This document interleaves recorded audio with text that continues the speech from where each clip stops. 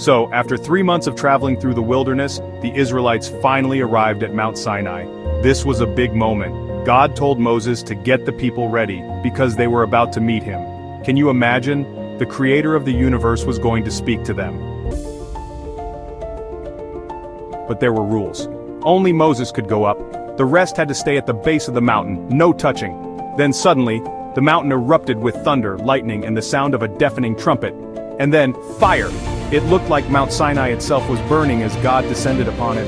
And Moses, he walked right into that incredible presence. Moses stayed up there for 40 days and God spoke to him. Now we all know that Moses brought down the 10 Commandments. But that wasn't all. God taught him so much more. He gave him instructions on how people should live. Not just the moral laws like don't lie or don't commit adultery, but also laws about daily life. How to treat your spouse, your kids, your neighbors, even how to handle thieves and disputes. These were the laws for their new community.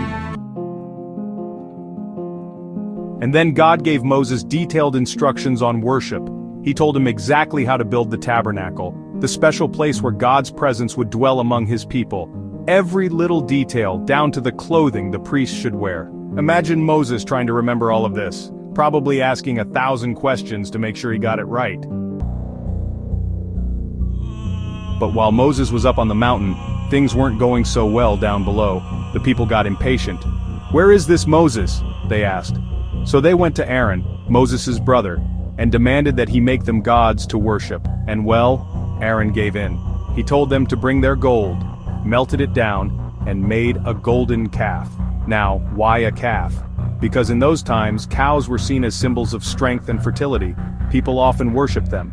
And just like that, they turned away from the true God and threw a wild party around their new idol. God saw what they were doing and was furious. And Moses, he was heartbroken. There's an important lesson here. When people turn to idolatry, it usually leads to all kinds of immorality. When you believe in a big, powerful God who sees everything, you tend to live differently. But when you treat God like something small and distant, it's easy to do whatever you want. That's exactly what happened to the Israelites. So Moses had to go back up again.